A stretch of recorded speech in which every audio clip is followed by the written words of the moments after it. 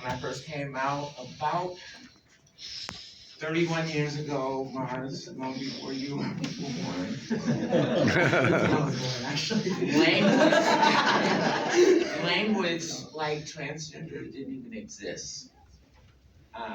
And to think that I would be a representative in public life was unthinkable, literally.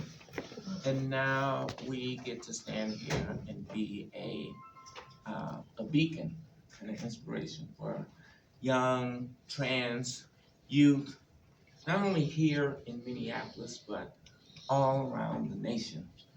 And I'm so proud that Minneapolis is a welcoming city.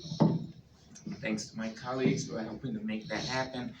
And the state of Minnesota is a welcoming state. It's really important, as we know, transgender non-conforming lives are under attack each and every day in this country, and we stand as a refuge for those seeking gender-affirming health care and support. So, this resolution recognizing March 31st, 2024 as the International Transgender Day of Disability.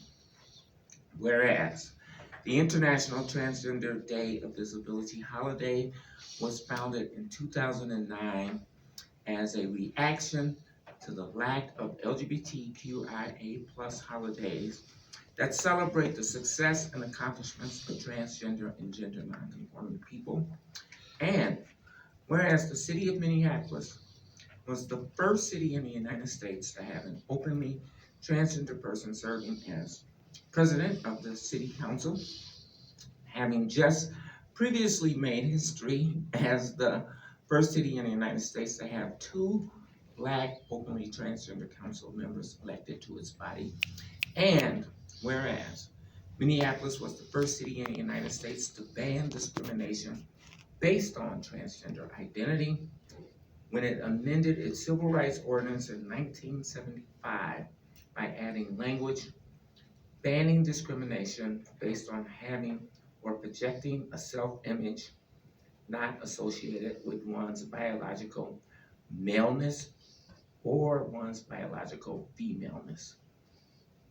And whereas the city of Minneapolis has continued to make efforts to reduce the significant disparities in employment, healthcare, safety, housing, and access to public spaces, as well as other areas, largely through the Transgender Issues Work Group, created in 2014, and the Transgender Equity Council, created in 2017.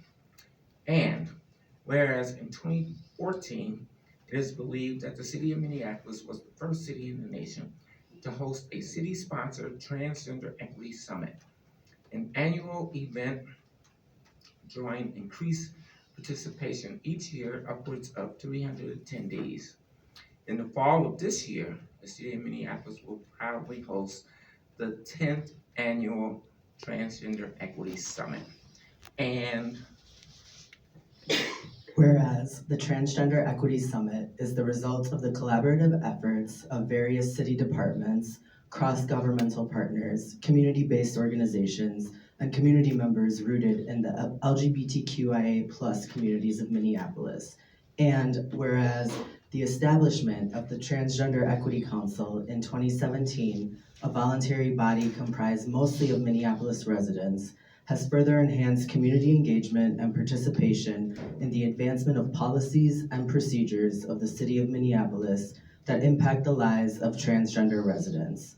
And whereas both the city of Minneapolis and the state of Minnesota have signed executive orders to protect and support the rights of Minnesota's LGBTQIA+ community members to safely seek and receive gender-affirming healthcare services. And an accompanying bill was created, which has passed off the Minnesota House floor. And whereas our transgender and gender nonconforming community members, both locally and nationally, continue to be impacted by the proliferation of legislative attacks that perpetuate a culture of discrimination, harassment, and barriers to equal opportunities for the transgender community. And where are we at? And whereas our transgender and gender nonconforming community members, both locally and nationally, continue to be impacted by the proliferation of legislative attacks that perpetuate the culture of discrimination and harassment and barriers to equal opportunities for the transgender community.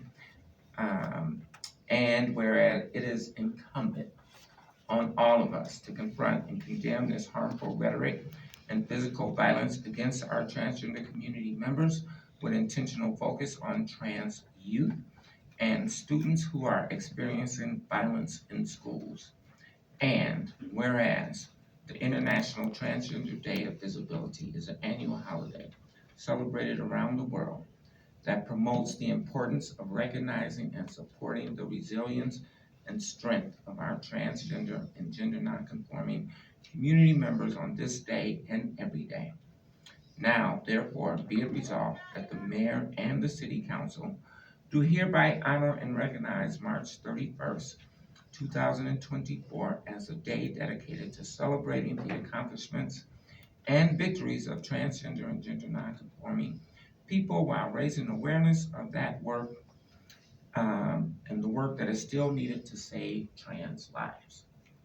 Thank you. And I just wanted to offer an opportunity for any community members to say a few words if people so desire. Yeah, I think if I can start us off, council member. Please. So I didn't get a